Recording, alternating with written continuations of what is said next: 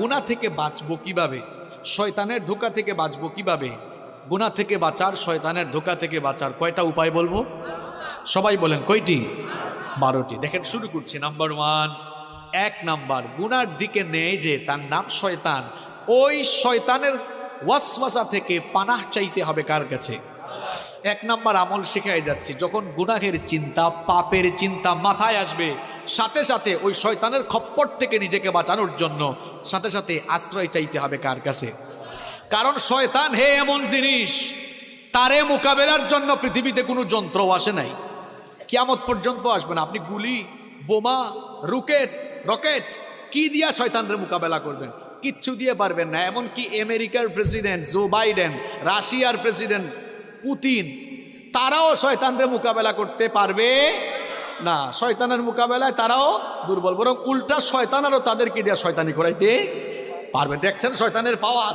আমেরিকার প্রেসিডেন্ট, রাশিয়ার প্রেসিডেন্ট, যে রাশিয়ার প্রেসিডেন্ট পুতিন পশ্চিমা বিশ্বকে বুড়ি আঙ্গুল দেখায়, যে ন্যাটোকে পর্যন্ত তুয়াক্কা করে না, সেও শয়তানের মোকাবেলায় সফল না ব্যর্থ। কারণ শয়তানকে আল্লাহ এমন পাওয়ার দিয়েছেন, আপনার শরীরের শিরায় শিরায় সে বিচরণ করার ক্ষমতা রাখে। এই শয়তান আপনাকে গুনাহের চিন্তা মাথায় এনে দিবে, পাপের চিন্তা মাথায় এনে দিবে। এজন্য শয়তানের ধোঁকা থেকে, গুনাহ থেকে বাঁচার জন্য প্রথম আমল করবেন, যখনই গুনাহের চিন্তা মাথায় আসবে, পাপের চিন্তা মাথায় চলে আসবে, আশ্রয় চাইবেন কার কাছে? এই আমলটা আমি আপনাদেরকে শিখাচ্ছি না, কোরআনুল কারীমের 7 নম্বর সূরা সূরাতুল আরাফের 200 নম্বর আয়াতে আল্লাহ তাআলা এই আমল আমাদেরকে শিখালেন। আল্লাহ তাআলা বললেন, ওয়া ইম্মা ইয়ানজাগান্নাকা মিনাশ শাইতানি নাযগুন ফাস্তাইয বিল্লাহ ইন্নাহু সামিউন আলীম।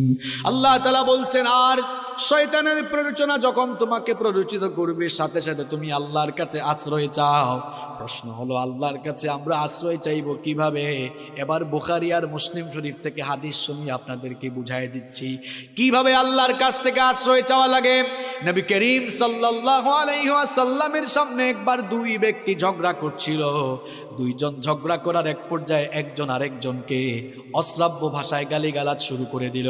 এদের মধ্যে একজন নিজের রাগকে কন্ট্রোল করতে না পেরে হিতাহিত জ্ঞান হারিয়ে যা মন চায় তাই বলা শুরু করলো। লোকটার চেহারা পর্যন্ত লাল হয়ে গেল। নবীজি লোকটাকে, আল্লাহর নবী লোকটাকে দেখে বললেন, ইন্নী লা আ'লামু কালিমাতান লাউ ক্বালাহা লাযাহাবা আনহু মা ইয়াজিদ। নবীজি তখন বললেন, আমি এমন একটি কালেমা, এমন একটি বাক্য, এমন একটি